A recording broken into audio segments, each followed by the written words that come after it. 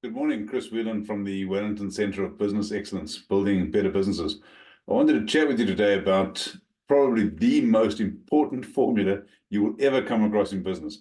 It's what I refer to as the 5 ways, and I'll talk to you a little bit about it probably over the next couple of weeks. Today, I want to talk to you about lead generation.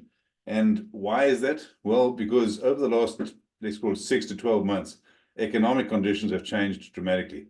What was acceptable and what people were tolerating, if you like, 6 months, 12 months ago, you just can't do anymore. And a lot of the businesses that I'm working with are saying the same thing. Their leads are not, if not drying up, they've been getting fewer.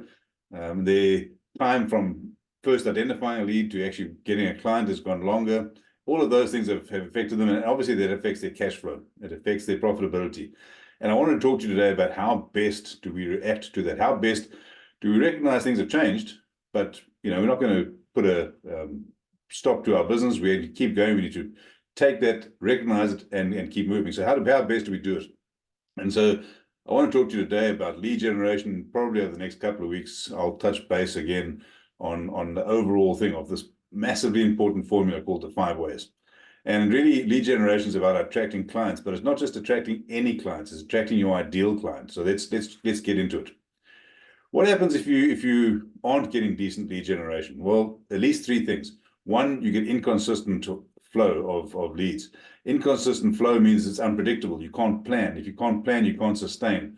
If you can't sustain, well, that's obviously a huge problem in business. So the first thing is inconsistent flow.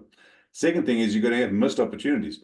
What do I mean by that? Well, instead of seeing, hey, this is an ideal client coming through, I can sell to him or to her, that can help them meet their needs. You don't know that because it's inconsistent again. And so you have missed opportunities, and therefore it limits your opportunities for expansion, and potentially it limits your opportunities for survival. And that's something that I'm here to help you avoid, obviously, at all costs, not surviving.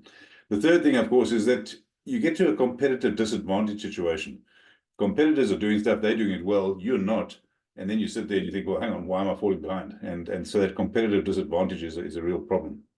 The flip side of that is that doing this well, going through multi-channel marketing, I'll talk about that in a moment, different types of channels, gets you at least 3 advantages. One, steady growth, right? So you're consistent. You know where your next sale is coming from. So therefore, you can plan properly.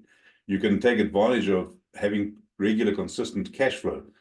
Secondly, your targeted audience comes into mind. So instead of just saying, hey, I'll take any client, you're going for your ideal client, the one that you know you can add the most value to. And that becomes so important in your business. And the third thing is market visibility.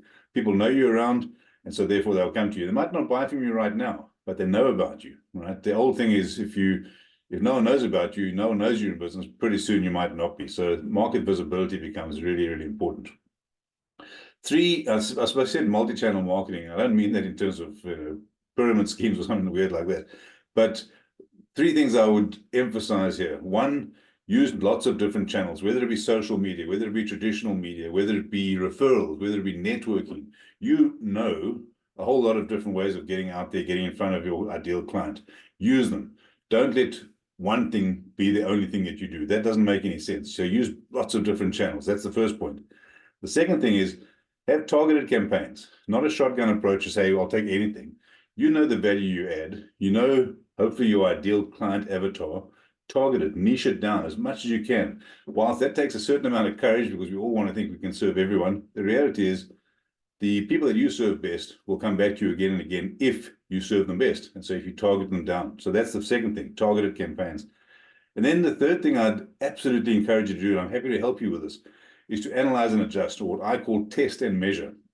If you spend $1,000 and you get $10,000 back, so your acquisition cost there is, or your spend is, your investment is 1,000, your return is 10,000, you're going to do that again and again and again. If I gave you $1 and you told me you're going to give me $2 back at the end of the month, I'll give you as many dollars as I can, right? So test and measure what works. Which of those strategies, whether it be social media, whether it be something else, which works best for you, and then do that. Working with a small text business at the moment, and they tried 3 things. Firstly, webinars, right? Online webinars. Secondly, targeted LinkedIn posts. And thirdly, informative blog posts. What we then did is to test which of those worked best. And it turns out the webinars worked best It's not that they don't do the other things. They still do the targeted blog posts. They still do the informative LinkedIn messages, but the webinars work best. So we do more of that. What we've seen is that the leads have gone up. That works for them. It may not work for you. There might be other things that work for you. But the point I'm making is test and measure, because that's the way you make sure you get a return on your investment and you get your best leads. So let's just recap that briefly then. What are the benefits of doing this well? Steady growth, we've mentioned that. Targeted audience, absolutely essential. And the third thing is you have market visibility, market presence. Might not get a lead, a sale right now, but over time you will. So keep doing it. If you want to know how you can do this in your business, I'd be absolutely thrilled to meet with you. Give me a call. My number is in the description, or otherwise just DM me, hop on my website. We're really keen to see how we can do this in your business. Have a fantastic week. All the best. Bye-bye.